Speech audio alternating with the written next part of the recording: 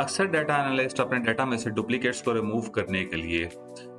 Select distinct को इस्तेमाल करते हैं, जबकि सिलेक्ट डिस्टिंक्ट का मकसद डाटा में से डुप्लीकेट्स को रिमूव करना नहीं है, बल्कि हमें एक यूनिक वैल्यू प्रोवाइड करना है।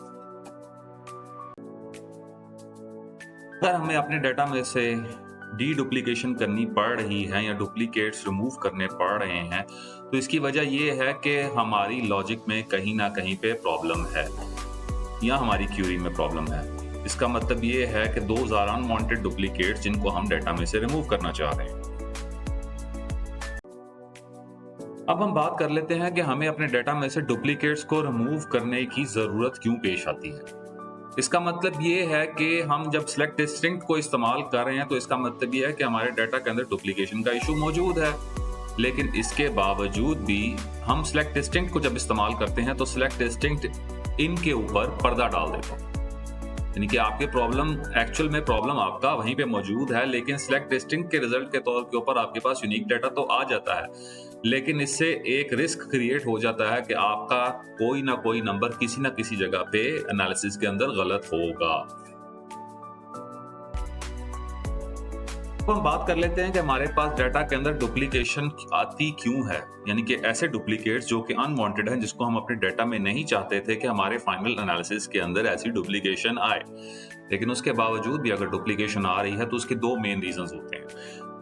पहली मेन रीजन ये होती है कि हम डाटा को बगैर समझे ज्वाइन इस्तेमाल करते हैं, जिसके रिजल्ट के तौर के ऊपर या तो हमारा ज्वाइन गलत होता है या तो हमारी डाटा की समझ के अंदर कमी होती है,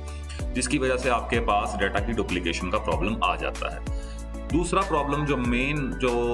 वजह होती है वो ये है कि आपके डाटा के अंदर आप अपने बिजनेस क्वेश्चन को सही तरह से समझ नहीं पाते, जिसकी वजह से आपके पास डाटा की डुप्लीकेशन का प्रॉब्लम आ जाता है। यहाँ पे दो छोटी मिसालों के जरिए मैं आपको ये समझाने की कोशिश करूंगा कि कैसे हम डिस्टिंक्ट को अवॉइड करते हुए अपने डाटा के अंदर से यूनिक वैल्यूज निकाल सकते हैं। हमारा बिजनेस क्वेश्चन जो है वो बड़ा सिंपल सा है कि we want to see all the customers who have placed order along with their order total. तो हमें उसके लिए जब पहली क्यूरी जो कि गलत क्यूरी है, जिसके अंदर हम डिस्टिंक्ट को इस्तेमाल करते हुए कस्टमर आईडी के थ्रू अपना टोटल ड्यू निकालने की कोशिश करते हैं, तो हम देखते हैं कि हमारे पास